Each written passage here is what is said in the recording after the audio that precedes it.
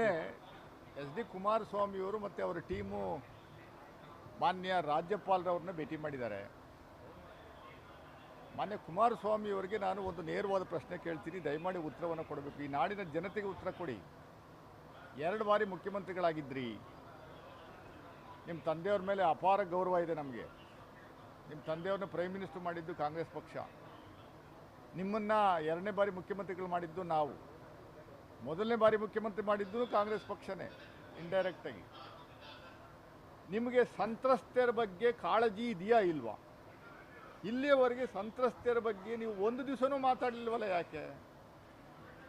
ನಿನ್ನೆ ನೀವು ಗವರ್ನರ್ನ ಭೇಟಿ ಮಾಡಿದ್ದೀರಿ, ಏನು ವಿಚಾರ, ಏನು ಮನವಿಯನ್ನು ಕೊಟ್ಟಿದ್ದೀರಿ? ಯಾವ ಕಾರಣಕ್ಕೂ ಈ ಪೆನ್ಡ್ರೈವ್ ವಿಚಾರದಲ್ಲಿ, ಅವರ ಪ್ರಜ್ವಲ್ ರೇವಣ್ಣ ಅವರ ಅಣ್ಣನ ಮಗನ ವಿಚಾರದಲ್ಲಿ ತನಿಖೆ ಮಾಡಬಾರ್ದು ಅನ್ನುವಂಥ ಉದ್ದೇಶದಿಂದ ಕೊಟ್ಟಿದ್ದೀರಾ? ಇಲ್ಲ ಅಮಿತ್ ಶಾ ಅವರು ಏನಾದರೂ ನಿಮಗೆ ಹೇಳಿ ದಯಮಾಡಿ ಇದು ಕೇಸನ್ನು CBIಗೆ ಟ್ರಾನ್ಸ್ಫರ್ ಮಾಡಿಸಿ ಅಲ್ಲಿ ಮುಚ್ಚಾಕೋ ಕೆಲಸ ನಾವು ಮಾಡ್ತೀವಿ ಅಂತ ಏನಾದರೂ ನಿಮ್ಗೆ ಹಿಂಟನ್ನು ಕೊಟ್ಟಿದ್ದಾರಾ?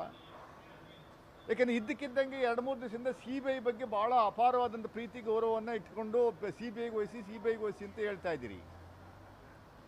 CBIನಲ್ಲಿರುವಂಥ ಪೊಲೀಸ್ನವ್ರು ಯಾರು? ಅವರು Indian police service examination pass ಮಾಡಿ ಬಂದಿರುವಂಥವ್ರೆ ಅಲ್ವೇ?